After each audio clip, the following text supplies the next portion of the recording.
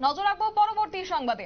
দ্রব্যমূল্য বৃদ্ধি প্রতিরোধ এবং কার্যত খাদ্য সামগ্রীর যে নিত্য প্রয়োজনীয় জিনিসের দাম বাড়ছে, এতে করে কালোবাজারি রীতিমতো বৃদ্ধি পাচ্ছে এবং তাই এটা যেন নিয়ন্ত্রণে আসে সেদিকে লক্ষ্য রেখে এবার উদ্যোগ গ্রহণ করেছে রাজ্য খাদ্য জনসংভরণ দপ্তর এবং সঠিক সময়ে বাজার দোকানপাটে সঠিক পদক্ষেপ তথা উপযুক্ত অভিযান দিতে শুধুমাত্র মতবিনিময় সভা করে কিভাবে দ্রব্যমূল্য বৃদ্ধি রোধ করা যায় এবং বিশেষ করে কালোবাজারি বন্ধ করা যায় বা করা সম্ভব হবে তা নিয়ে জনমনে দীর্ঘদিন ধরে প্রশ্ন দেখা দিয়েছে। এবার আসি রাজ্যে বর্তমানে যে পরিস্থিতি তৈরি হয়েছে, যেখানে বর্তমানে এক অভূতপূর্ব পরিস্থিতি কায়েম বা শিকার হতে হচ্ছে রাজ্যবাসীকে। কার্যত বন্যা পরবর্তী সময়ে পরিস্থিতিতে গোটা রাজ্যে এখন শাকসবজি থেকে শুরু করে নিত্য প্রয়োজনীয় সামগ্রীর আকাশ ছোঁয়া মূল্য বৃদ্ধি, আলুর দামে নাভিশ্বাস এবং পেঁয়াজের মাত্রাধিক মূল্য বৃদ্ধির কারণে ক্রেতা সাধারণের এবার চোখে জল। আর এই পরিস্থিতিতে দ্রব্যমূল্য বৃদ্ধি প্রতিরোধ এবং কালোবাজারি রুখতে উদ্যোগী হয়েছে রাজ্যের খাদ্য ও জনসংভরণ দপ্তর এবং সেই লক্ষ্যে এখন থেকে মার্চেন্ট অ্যাসোসিয়েশন, বিভিন্ন বাজার কমিটির প্রতিনিধি, পাশাপাশি রেশন ডিলারদের নিয়ে জেলা ভিত্তিক মতবিনিময় সভা করার উদ্যোগ গ্রহণ করেছে রাজ্যের খাদ্য ও জনসংভরণ দপ্তর। যদিও এই ব্যাপারে এর আগে এই ধরনের রাজ্যভিত্তিক মতবিনিময় সভা করা হয়েছে এবং এর প্রভাব বা বাজারে এর প্রতিফলন কতটুকু কি পড়েছে বা সাধারণ মানুষ কতটা উপকৃত হয়েছে তা ভুক্তভোগীরাই ভালো বলতে পারবেন।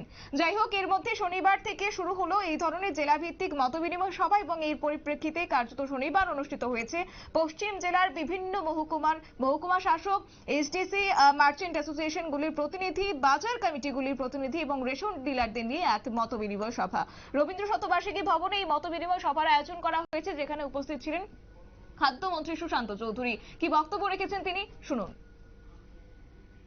খাদ্য এবং জনসংভরণ দপ্তরের উদ্যোগে আজকের এই কর্মসূচি এবং আমরা সিদ্ধান্ত নিয়েছি যে 8টি জেলায় আমাদের রাজ্যে, প্রতিটি জেলায় আমাদের মহকুমা শাসক যারা রয়েছেন, এসডিএমরা, এসডিসিরা, প্রতিটি জেলাতে যতগুলো বাজারের সভাপতি সম্পাদক এবং আমাদের যারা বাজার থেকে সঙ্গে যাদের যুক্ত বেশি মানুষের পিডিএস সিস্টেমে, মানে রেশন শপ ডিলাররা, তাদেরকে নিয়ে জেলা ভিত্তিক আমরা সেমিনার করব এবং আলোচনা সভা বা মতবিনিময় সংগঠিত করব। আজ থেকে আমরা সূচনা করলাম পশ্চিম জেলা ভিত্তিক, তারপরে আমরা সিপাহীজলা, উদয়পুর, বিভিন্ন জায়গায় আমরা করব, 8টি জেলায় করব। মুদ্রা কথা হচ্ছে যে আপনারা দেখেছেন যে বিভিন্ন সময় বিভিন্ন পণ্য সামগ্রী আর্টিফিশিয়াল ক্রাইসিস তৈরি করার চেষ্টা করা হয় এবং বিভিন্ন সময়ের আগরতলা আসামের মধ্যে রাস্তার মধ্যে যদি কোথাও ডিরেলমেন্ট হয় বা কোথাও রাস্তায় যদি কোনো পরিস্থিতির অবনতি ঘটে, তবে আগরতলা এবং সারা রাজ্যের মধ্যে জিনিসপত্রের নিত্য প্রয়োজনীয় সেখানে একটা দ্রব্য বৃদ্ধি ঘটে দাম। তো সেটাকে যাতে না ঘটে তার জন্যে প্রশাসন এবং আমাদের যারা রেশন শপ ডিলার, আমাদের যারা বাজারের যারা মার্চেন্ট অ্যাসোসিয়েশনের বিভিন্ন বাজারের যারা কমিটির পদাধিকারীরা রয়েছেন, তাদের মধ্যে একটা সমন্বয় সাধন করা এবং একে অপরের সঙ্গে সহযোগিতার মাধ্যমে, আন্ডারস্ট্যান্ডিংয়ের মাধ্যমে যাতে আমরা নিত্য প্রয়োজনীয় জিনিসের মূল্য সামগ্রী সেখানে কন্ট্রোলের মধ্যে রাখতে পারি দামগুলো, সেই বিষয়ে আমাদের এই মিটিং। এখানে বিস্তারিত বিষয় নিয়ে আলোচনা করা হবে।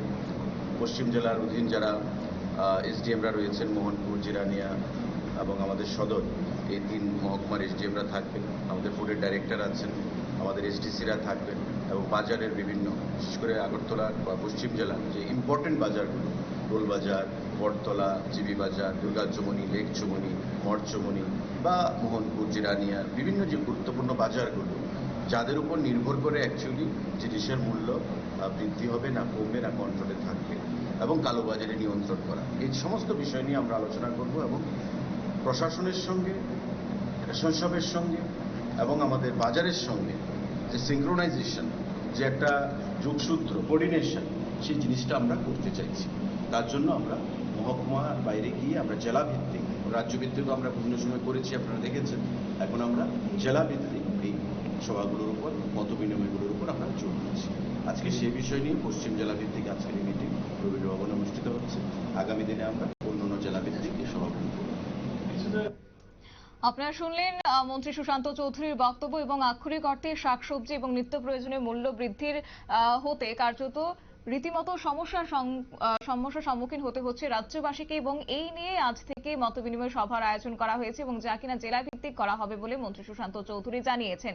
এবং এই মতবিনিময় সভার মাধ্যমে কিভাবে দ্রব্যমূল্য নিয়ন্ত্রণে আনা যায় এবং কালো বাজার এটা কিভাবে রোখা যায় সেই নিয়ে আলোচনা হবে বলে মন্ত্রী জানানো হয়েছে। এবং তথ্যবিজ্ঞ মহল কিন্তু অন্য কথা বলছেন, সেই জায়গা থেকে তারা বলছেন যে খাদ্য জনসংগ্রহ দপ্তরের পক্ষ থেকে কোনো ধরনের ধারাবাহিকভাবে অভিযান চালানো হচ্ছে না, যার কারণে কালো বাজারে প্রতিনিয়ত হচ্ছে। তবে এখন দেখার বিষয় যে এই যে বৈঠক বা মতবিনিময় সভার আয়োজন করা হয়েছে যেটা জেলা ভিত্তিক করা হবে তার পরিপ্রেক্ষিতে কতটা এই ফলপ্রসূ হয় সেদিকেই তাকিয়ে রয়েছে রাজ্যবাসী। নিয়ে নিচ্ছে ছোট্ট একটি বিজ্ঞাপন বিরতি, সঙ্গে থাকুন।